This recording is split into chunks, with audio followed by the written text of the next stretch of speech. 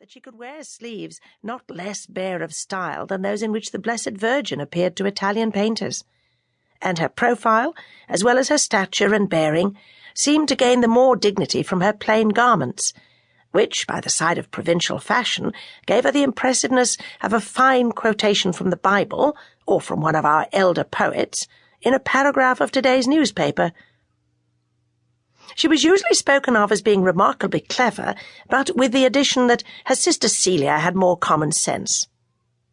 Nevertheless, Celia wore scarcely more trimmings, and it was only to close observers that her dress differed from her sister's and had a shade of coquetry in its arrangements. For Miss Brooke's plain dressing was due to mixed conditions, in most of which her sister shared. The pride of being ladies had something to do with it. The Brooke connections, though not exactly aristocratic, were unquestionably good. If you inquired backward for a generation or two, you would not find any yard-measuring or parcel-tying forefathers, anything lower than an admiral or a clergyman, and there was even an ancestor discernible as a Puritan gentleman who served under Cromwell, but afterwards conformed and managed to come out of all political troubles as the proprietor of a respectable family estate.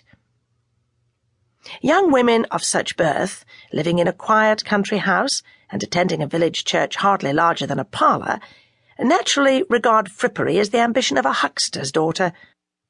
Then there was well-bred economy, which in those days made show in dress the first item to be deducted from when any margin was required for expenses more distinctive of rank. Such reasons would have been enough to account for plain dress, quite apart from religious feeling.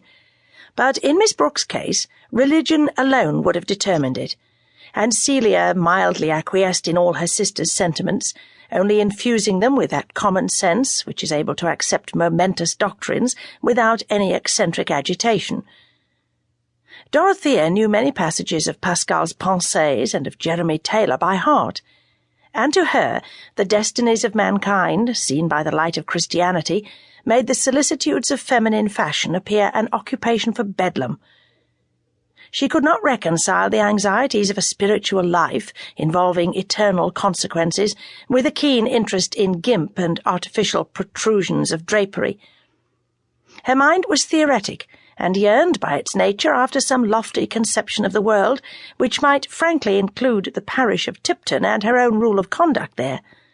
She was enamoured of intensity and greatness, and rash in embracing whatever seemed to her to have those aspects, likely to seek martyrdom, to make retractions, and then to incur martyrdom after all in a quarter where she had not sought it.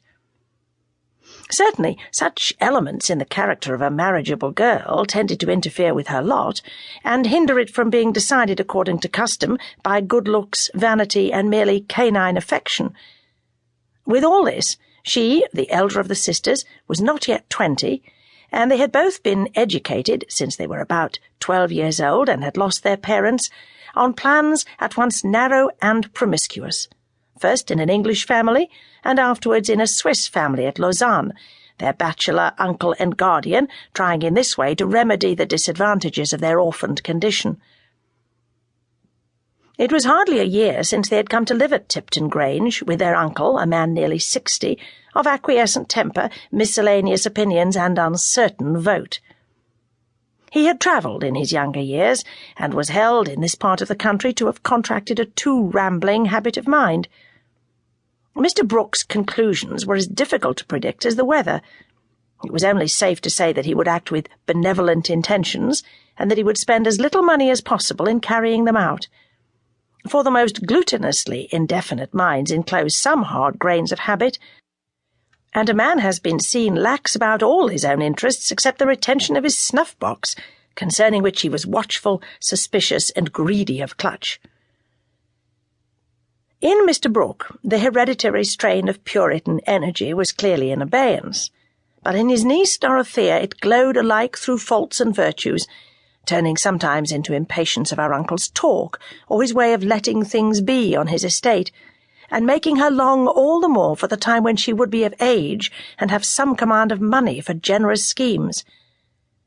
She was regarded as an heiress, for not only had the sisters 700 a year each from their parents, but if Dorothea married and had a son, that son would inherit Mr. Brooke's estate.